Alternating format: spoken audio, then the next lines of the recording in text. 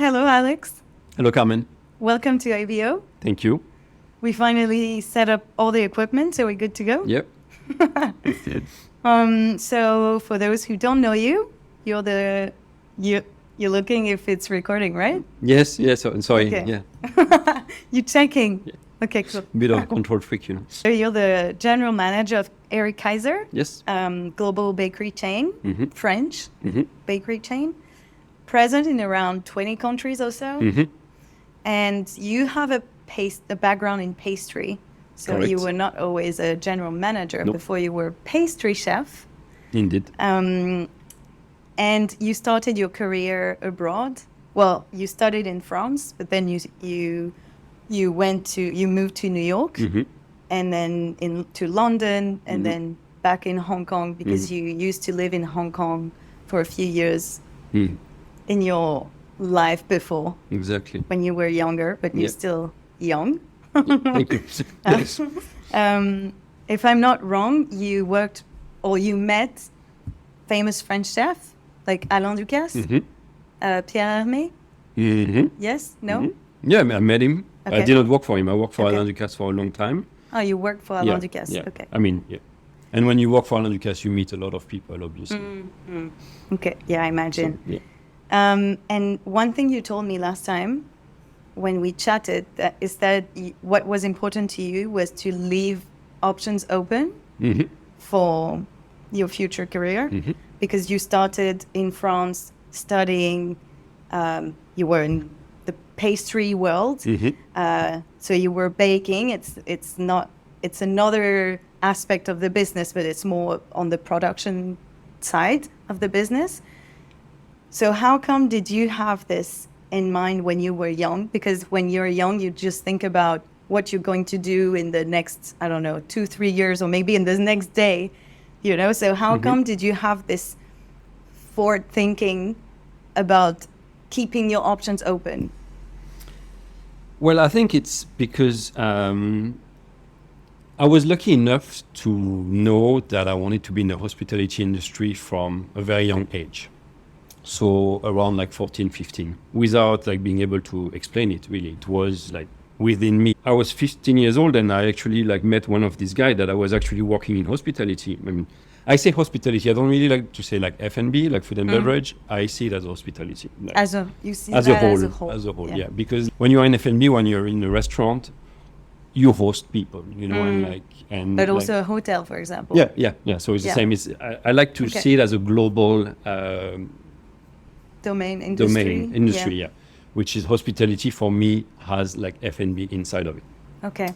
And so then I remember it's my grandmother who took me in.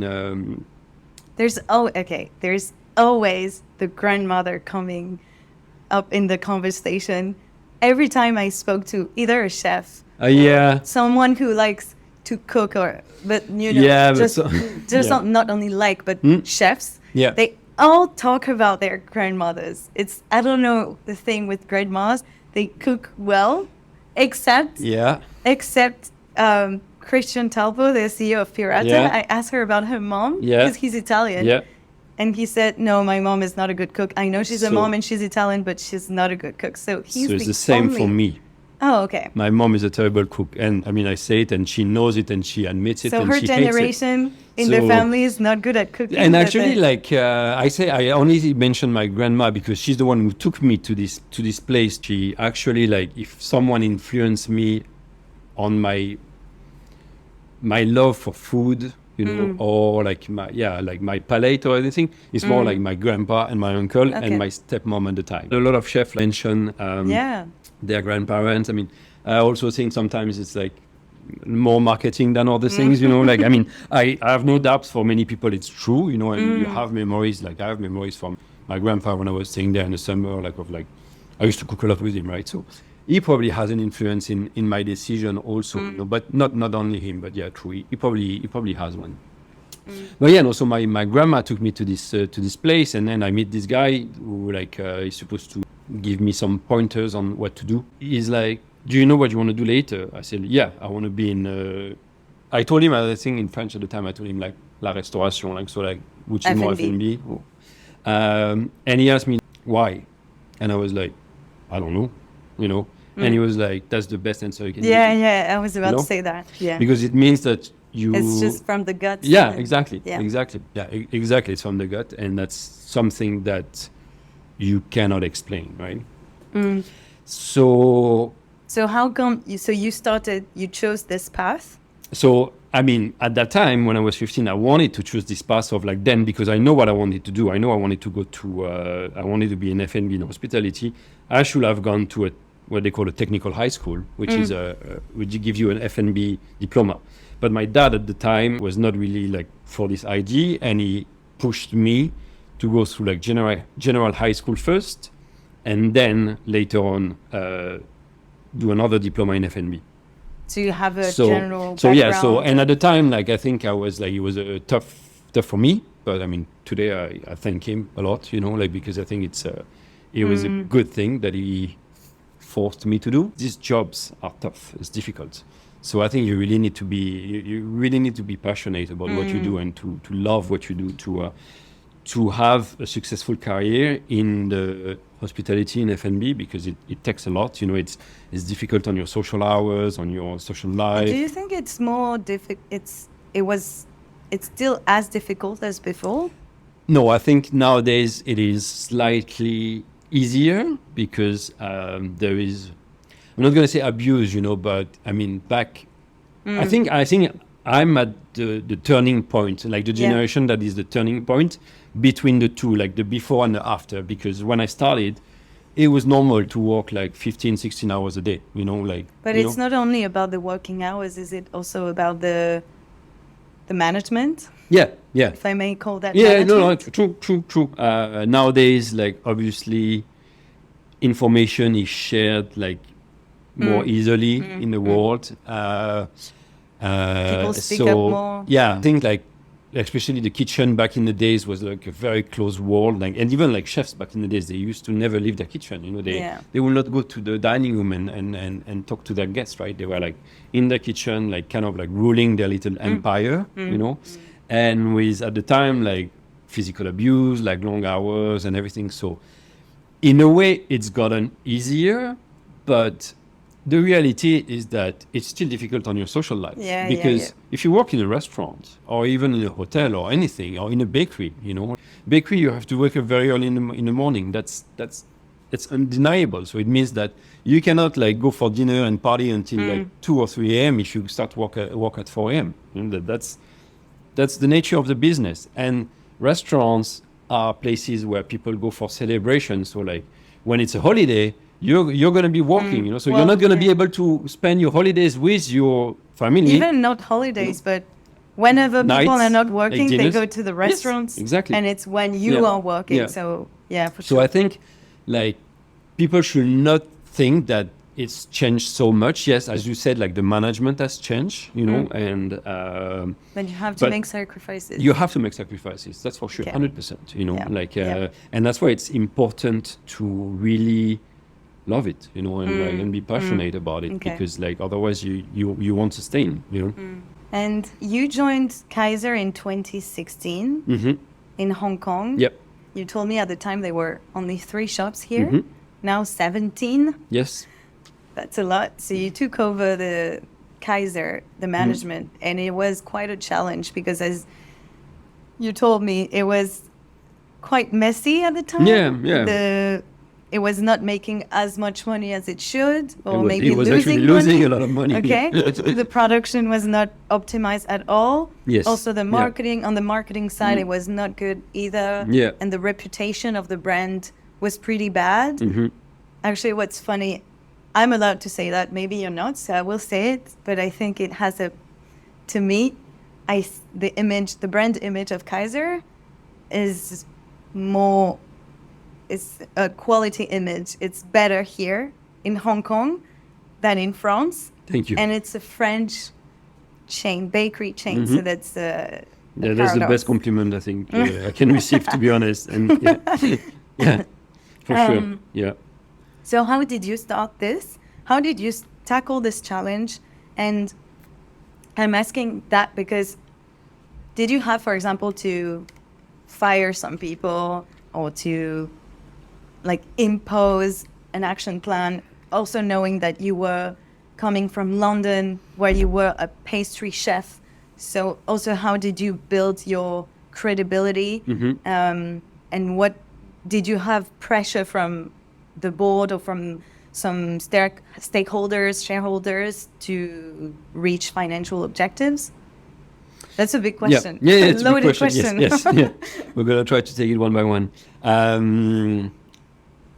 Well, I often say it, but the first thing I did when I arrived is I rolled croissant. Basically, I started in the production and I rolled croissant. I mean, it's a bit of a joke, but it's actually not a joke because, as you said, so at the time it was 3 shops, but it was still, even though it was smaller, it was still like an operation that is a bit complicated because, first of all, Kayser, and I mean, at the time and still today, we have like a wide range of products, wide range of categories of products, like between the bread, the pastries, the sandwich, the salads, the coffee, and within these categories of product, also a lot of SKUs, right? So already like the model is complex on the offering, but it's also like there was a central kitchen that also has the office. That's actually one of the good things, that the office was next to the central kitchen. That helped a lot. I think if the office had been like in another location, that would have been like even more challenging, like very, very complicated. So, but central kitchen, 3 shops, all of them on Hong Kong Island at the time, so a plus. But you have to deal with logistic. And then also there was like daytime, but it was also like nighttime. We had people working overnight. So at the time we were not a 24 hours a day operation, like maybe just like, I think we were like around 18 operation, but 7 days a week also. So because the shops, like, I mean, some of our shops today, they close on the weekends, but at the time, these 3 shops, they were open 7 days a week. So quite complex. So it's... But that's on the internally. Yes. But also externally, when you take over a business and the brand image is bad, how do you recover from this? I mean, that's very, very difficult. And I think it took us, we had hope. I think, first of all, we did not realize at the time that the image was damaged this much. Okay. So I think in our plan and in a business plan that we shared when we took over the company, we were thinking that in 6 months, like, we could be rolling again, adding more shops, and we had a quite aggressive plans of like shop openings. Okay. But the number one priority was to bring back quality. That's number one, quality of products and quality of service, and actually like making people come back is actually harder than making people come. Because we, as you said, we suffer from a damaged image of our business. So if people have been disappointed once, to ask them to come back, it's very, very difficult, right? So, I mean, at the time we did several things. Like, first of all, we improved the quality of the products and the service. We were like a little bit more aggressive on the discounts and put like more promotion in place to make people come back, and also we saw the angle at the time at the time when we took over, like the 5 categories of products that we have, they were pretty equal, in terms of revenue making.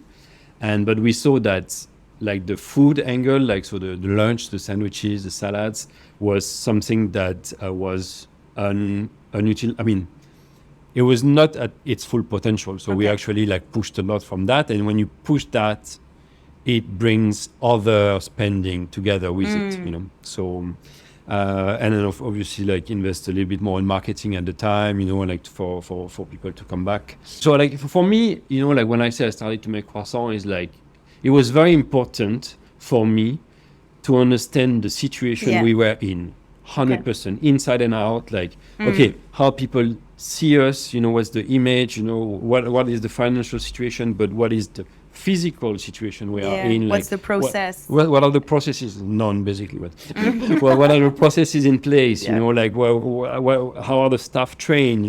Like all of that. So this is, and I think in order to change things in a company that you integrate, in my position at the time, you really have to understand it fully before you try to change anything, Okay. Because I've seen too often like people that arrive in company and they are not patient. I think patience is a very important value in life, learning how to be patient and working on this. You have to, because some things take time, in pastry we say time is an ingredient, Okay. because like if you do anything with chocolate for example, that chocolate takes time to recrystallize. So when you temper chocolate, you melt it, you decrystallize it, and then after you want to recrystallizing it. This process, like for example, you make what we call a ganache, which is a mix of like cream and chocolate. For a ganache to completely set, for like a dark chocolate, it takes 24 hours. For a white chocolate, it takes 36 hours fully, So time is an ingredient, Okay. Yeah. And I think because like I've seen this in pastry a lot, like I think that's why like how to learn on your patience. And bread is the same thing, like when you proof bread, the time that you proof, you can try to accelerate it by making your proofing chamber warmer, but it's going to affect the quality of your product. Okay. So you're going to have a faster result, but you're not going to have a great result. I have a quick question on this. How do you make crispy baguette in Hong Kong, knowing that it's very humid here? Yeah. So that's a big challenge, right? So actually, like the question is a bit wrong. Is like making the crispy baguette is not a problem. When it comes out of the oven, it's crispy. It's crispy. It's like, how do you keep it crispy?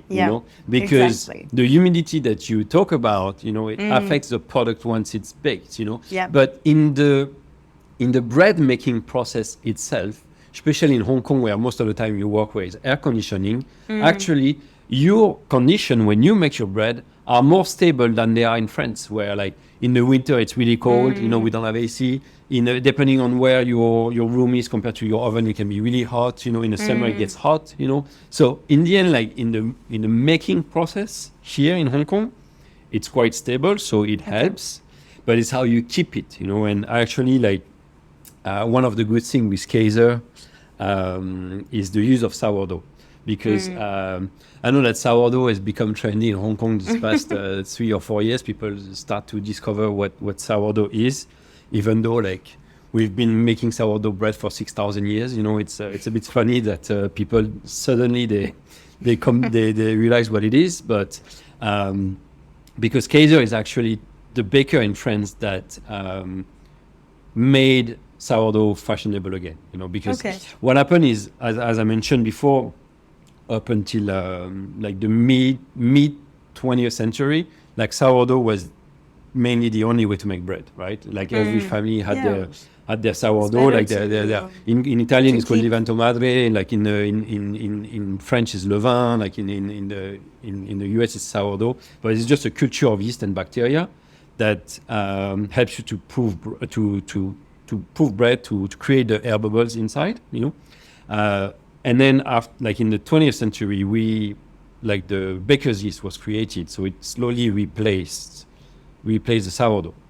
And then after the World War II, like during the war, like people had like really like dark bread. Like I think after the war, like dark sourdough bread reminded people of the war. Yeah. So there was this trend that was created with it. It also came along with the transformation of the food industry, like more like mass market, like bigger scale.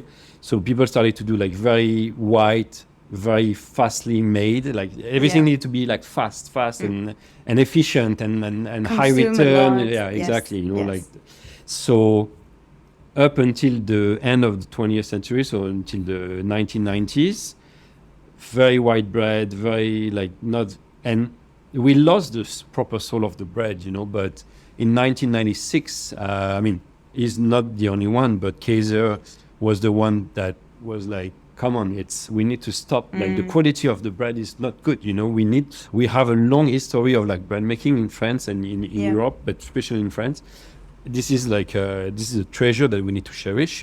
So he's the one who reintroduced sourdough, and in all our recipes, it's a cycle, never-ending cycle. Exactly. So in all our recipes there is sourdough, Okay. And why I mention this is because sourdough is quite important in keeping your bread. Yeah. Because like if you take like, for example, you take a baguette, a white baguette that is made with like a baker's yeast, like very like a lot of like very white bleached flour, it's not gonna last more than 2 to 3 hours. But if you do a proper sourdough with a very good levain, that thing is gonna keep forever. Like in my home, I keep like when I take sourdough bread from work, I can keep them at 1 week at room temperature, like no fridge. Yeah. The fridge is the worst thing for the bread.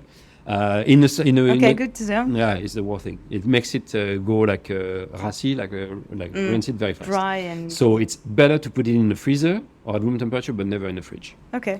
Never. I like that little history of bread. Yeah, I mean like it's it. fascinating actually. Yeah, it is. I I have some quick questions to ask you. Yeah. I didn't tell you about that. Okay. That's one of the surprise. So it's just 5 quick questions. Mm-hmm. And you don't think, you just answer what comes up in Not your thinking is going to be hard for me now. mind. You're an overthinker? No, but no. Okay, your favorite pastry? Lemon tart. Lemon tart? Yeah, lemon meringue tart. Meringue? With meringue, yeah. Very sour custard and sweet meringue. So you have the Okay. balance between the two. That's a very good one. Okay. The weirdest flavor combination you've ever tried in a pastry? Weirder in a way that is not good, or Not weird com- and surprisingly not good? Either. Just surprising, can be in a bad way or in a good way. Well, I think, when you think about it, it's very famous now, but the Ispahan cake the Ispahan flavor from Pierre Hermé, which is a mix of raspberry, rose, and lychee. When you think about it on paper, it's so strange, but he created that 30 years ago, I think, now in 1996, 30 years. And it's become like, it's surprisingly amazing, because like if you take the three, raspberry on its own is fine. Lychee on its own is okay. I like lychee. I like lychee, but the fruit, not necessarily the flavor or the puree. Rose, it's like, the dosage. You have to dose it very, very, very carefully, but the three mixed together is just like crazy, Okay. Yeah. Who's the best pastry chef to you? Except you, maybe. No, of course not me. It's called Nicolas Berger. Okay. He was a French guy. he was French. So now he actually does chocolate only. Okay. He worked for Alain Ducasse for a very long time. He was the corporate pastry chef of the group. About maybe more than that, maybe 5-6 years ago, he started his chocolate business that is called just Nicolas Berger Chocolate, I think. Okay. But that is specialized for professionals. So you will not find it available. Okay. And it's funny because I don't know, you might know like Christophe Michalak, who is actually like world. He won the World Cup, right? He won the World Cup, so he's supposed to be one of the best, right? And they were Nicolas Berger had his office at the Plaza Athénée, where Michalak was also the pastry chef of the Plaza Athénée. So they were like good friends, and they were working under the same roof. And whenever like Christophe Michalak introduced Nicolas Berger to anyone, he would say, "This is Nicolas Berger, the best pastry chef in the world." Okay. So that shows you like. The level of the guy. Yeah, the level. Okay. Yeah, it's Baguette or sourdough? Sourdough. Like, 100%. Thousands and thousands and thousands of percent. Baguette, if it's a good baguette made of sourdough and it's fresh off the oven, and you can eat the crouton. Yeah, exactly. And that yes, but because this doesn't happen very often. Okay. Sourdough all day. Okay. But yeah. And last question, your guilty pleasure snack. Do you have one? I think it's just chocolate in general. Chocolate? Chocolate, okay. yeah. Dark chocolate then. Any type. Not white, obviously, but even milk chocolate. And that's why also I really like Nicolas, because his chocolate, he did like very high cocoa content milk chocolates. So milk chocolate that are around 50% cocoa. So it's really not sweet like people would think about. A lot of people will tell you, "Oh, I don't like milk chocolate because it's too sweet." But milk chocolate doesn't have to be that sweet, you know, and you have to be careful because you get addicted to chocolate. You know, it's, true.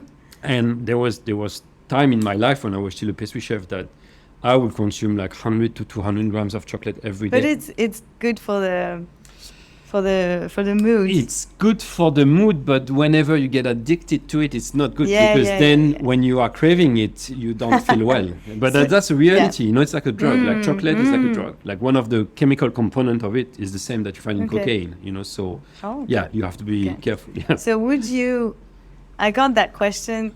Would you drop cheese or chocolate? And I can't choose. Wow, that's a tough one. I can't choose. I will drop chocolates because savory food is just I mean, and also like for my health, you know, I know that cheese is better than chocolate, right? Even though like good quality chocolate is not bad for you. That's terrible. Yeah, it's difficult. Yeah. Okay. See, that wasn't difficult, right? Yeah, no. Yeah, it was easy questions. Yeah. Okay, so now take a step back at your career. Mm-hmm. What's one of the most surprising lesson, or was there a turning point in your career? Mm-hmm. Was there a time that was life-changing? And it can have either consequences in your personal and or professional life. But you know, a moment when, in hindsight, you're like, wow, that was a turning point. I like this question actually because it's, you know, we take like thousands of decisions on a daily basis, right? Thousands, you know. Most of them, they do not impact our life on the long run, right? For me, like there is a lot of decisions that when I look back at my life are life-changing, you know, and obviously, because when I can think about every time I've taken the decision to move, because as you mentioned earlier, like I started my life and my career in Paris, then I moved to New York, then Hong Kong, then London, and then back to Hong Kong, right? So I think every time I moved, you know, like every time I took this big decision of moving, and sometimes when I decided to leave Hong Kong in 2013, at the time, like I woke up in the morning, I went for a job interview, and I left the job interview, and I was like, I'm gonna leave this place, you know. And a month later, I was in London. Wow. You know. Okay. So it's just like these small things, and the most recent for me, like for my professional life, was one of the investors that is behind the deal with Kayser is Laurent, who obviously you know, is the one who connected us, and who's someone who actually is in the background of the F&B industry in Hong Kong. Like not many people know him, but he's actually like involved with a lot of people and has a crazy network. The guy in the shadow. Exactly, and that actually like finances a lot of entrepreneurs as well. I would always remember when I was in London in 2015, and he called me like for the opportunity with Kayser. You know, I was pastry chef at the Bulgarian in London at the time. It was an afternoon. Like he calls me and he says, "Hey, like there's this opportunity, a bakery that is not doing so well in Hong Kong. They're trying to sell it. Like I'm interested, but if I do it, I will want you to come back to do it with me." I mean, obviously, that was 10 years ago now, you know. So it's probably one of the life-changing experience. Wow, cool. Yeah. And last time we talked about a topic, a cause that is important to you is sustainability and food waste. Yeah. We can include that in sustainability. Yes, which is a topic that could be addressed more in Hong Kong. For sure, yeah. And after we chatted, I thought about, again, Christian Talpaert from Pirata, because we talked about food waste and sustainability and helping underprivileged people. And he had this answer. He told me, you know what? I think if you want to be charitable in silence. And he believes in that. What do you think about that? I cannot agree more with him. Like, I mean, it's like, Like that's like pure truth, to be honest, because Because you think it's washing? no, because I It's think like greenwashing otherwise? no, I think, I mean, this is I know, I'm just going to talk about what I know, and I know about Hong Kong, and you know, when it comes to like, so there's two sides to your questions. Let's start with the food waste, and then we can go back on the sustainability later, because everyone is kind of concerned with the food waste and being charitable, you know.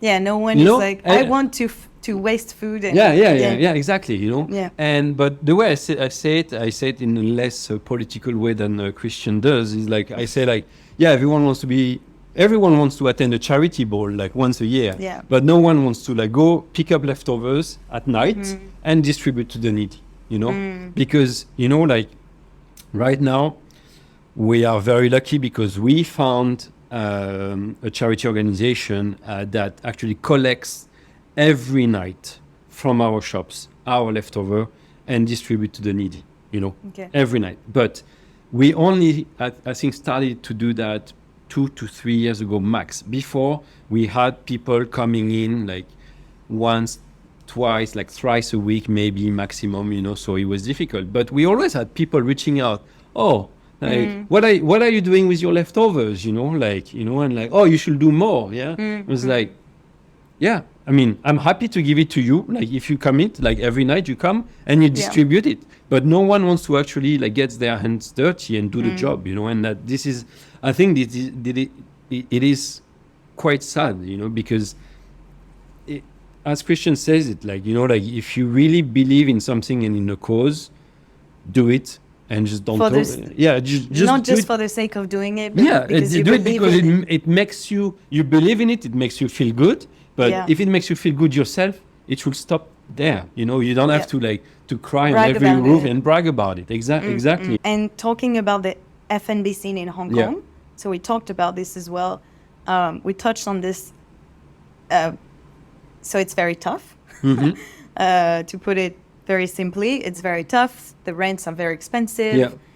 We can also talk about the people, the consumers here in Hong Kong. Well, it's difficult to say the consumers in Hong Kong because it's so diverse that that you can't say the consumer in Hong Kong is this and that and likes this or 100%. Like that.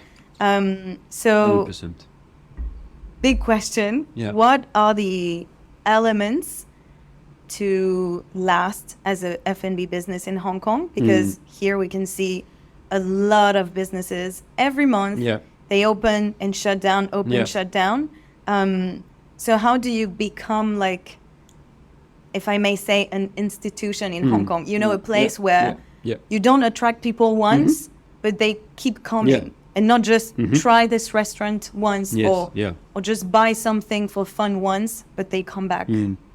Well, I think the basic foundation and the first thing is, if you want to become an institution, like it's a choice that you have to make. Because I think, like, in F&B in Hong Kong, there is, like, for me, I categorize in two type of people, you know, like the people that are here for like a short amount of time, because you say like places like open and close. Sometimes it's not on purpose, but sometimes on purpose as well. You know, like you have a lot of people, like a lot of like. What do you mean on purpose? But you have like people that, for example, they're like, okay, at the moment you can say there is a trend of, you know, Hong Kong market is a bit, it goes by trend, right? Like if you look at today, obviously bakery is a trend, but like beyond that, like ice cream for me is a trend at the moment, right?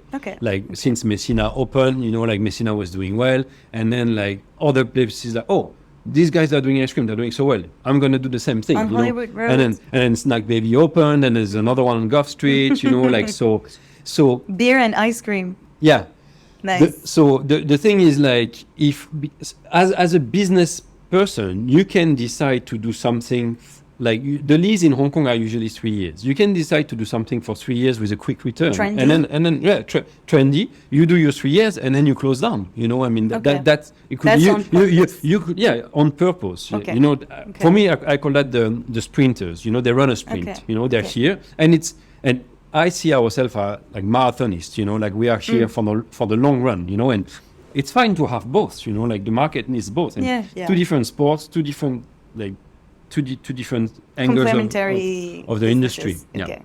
So that's why I say, like, if you want to last, your the first thing that you need to admit and commit to is, I want to be here and I want to last, right? Of course. Okay. You know? And for us, for Kayser in Hong Kong, this is what we want to do. And today we've been here is the 12th. So a month ago was the 12th anniversary. You know, so it's 12 years. So when you listen to, I mean, compared to a lot of other places in Hong Kong, it's a long time. Yeah. But compared to other places, it's also like very short time. Yeah. You know, you have restaurants that have been open for more than 60 years, and that people go back to. So like, not so many though.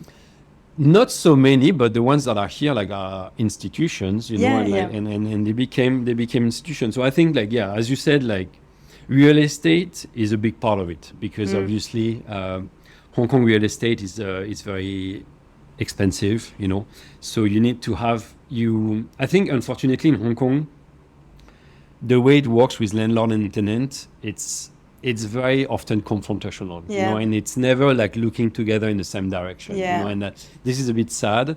And obviously, depending on your landlords, it's more or less like that, Okay. So I think you have to choose landlords, if you can, that you feel are gonna accompany you into the journey and into the business and help you, and not being not the enemy, basically your friend and your partner, besides you to grow, right?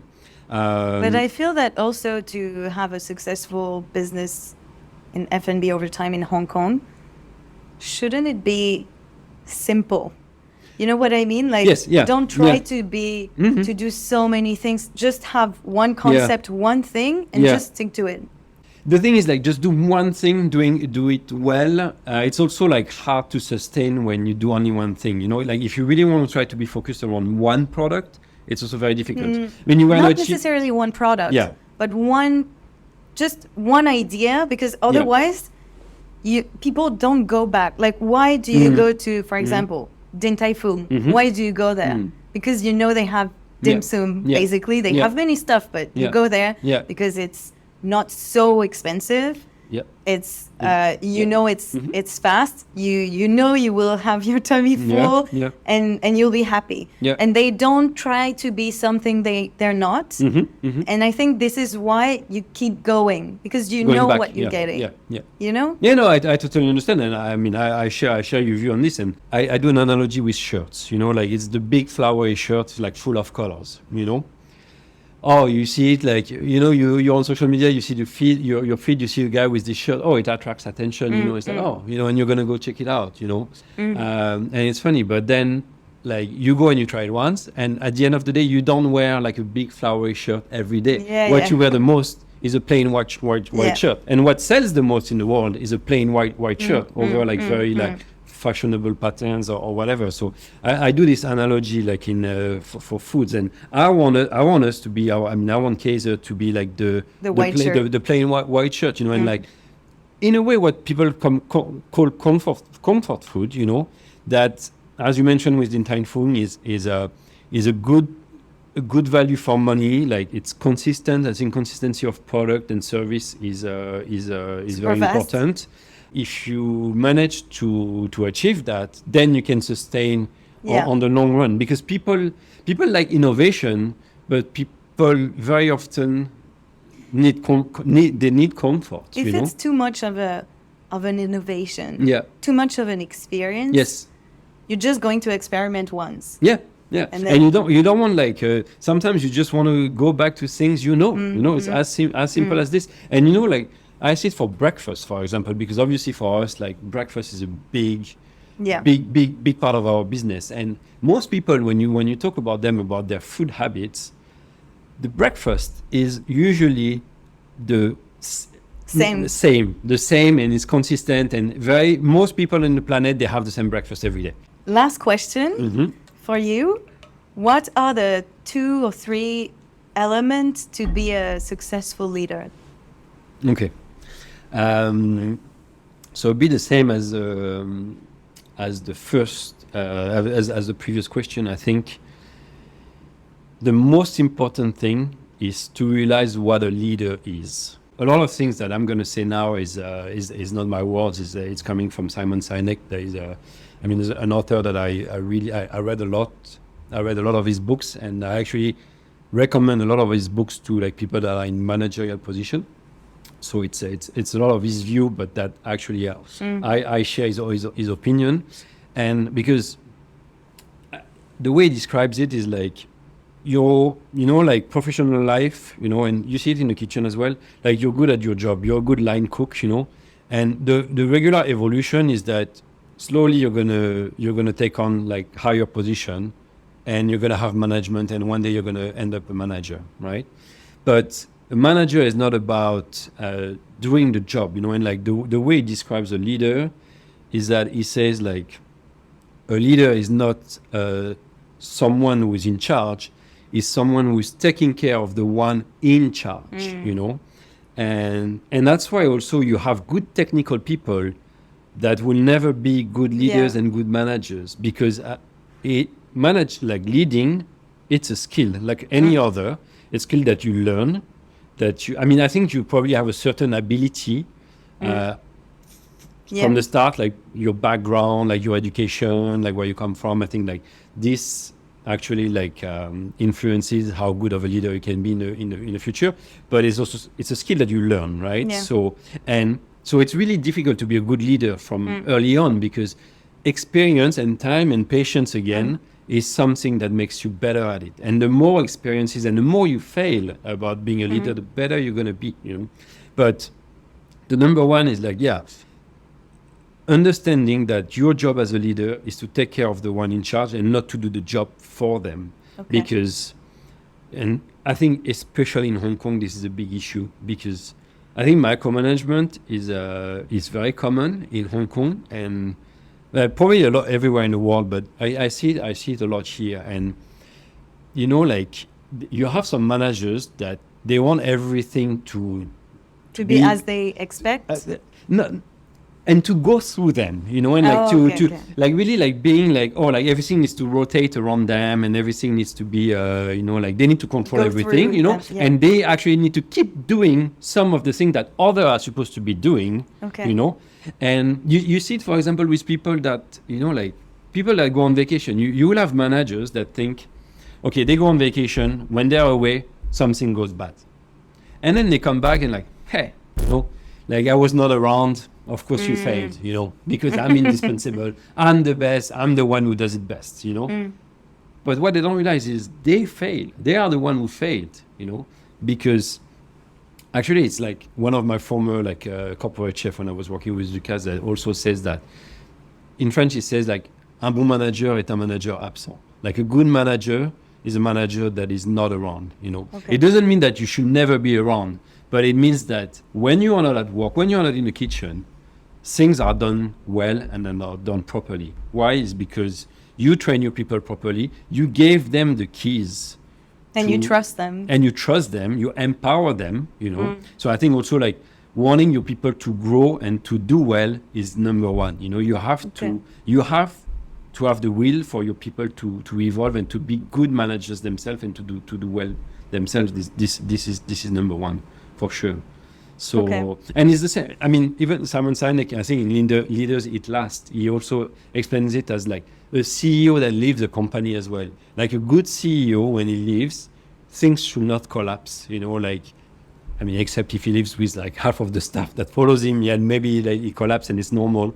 But if there is no major transition, if he's the only one leaving and there's just a replacement of a CEO, if the first CEO has done a job well, then he should carry on, and the company should not collapse, and because it means that he built the good foundations, the strong team, the good foundation for the job to be done well. Cool. Yeah. Just a quick example on this is a few years ago, we had a small fire in our kitchen in Changguano. One of the deep fryer caught on fire, and basically there was like the sprinkler went on, there was smoke everywhere, whatever, it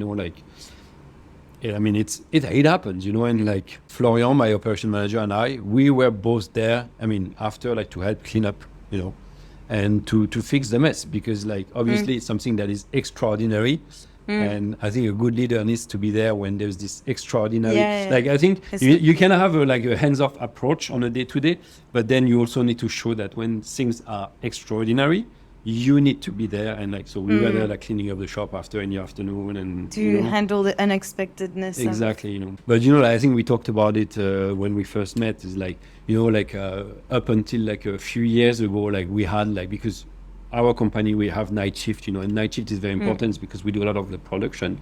Like we were short staffed during the night shift, and I'm the one who came and helped them to for the night shift. So obviously it's not fun. You go to work at midnight, so from midnight to 6 a.m. you do the production, and after you do your job of a general manager, then you go to sleep at 4 p.m. You wake up at 11. Obviously, like you don't have social life and everything. It's difficult, but sometimes it's necessary, and that also shows that like you care, you sacrifice, and I think that like the people, your staff that are here and that see that, it's very humbling for them as well. But they're like, it's like they are with me, it builds respect, but it's also like they realize that even if you are the top of the management of the company, you are with them doing I don't like to say the dirty work because for me there is no dirty work, there is no like the hands-on work, like in order to work with your hands you need to use your brain as well. So you may you may think you only use your brain. I use my brain, my heart, and my hands. And I think that's the definition of an artist, basically. Well, yep. Nothing to add. Perfect way to end the episode. Thank you so much, Alex. Thank you for having me. Thank you. Thank Bye. you.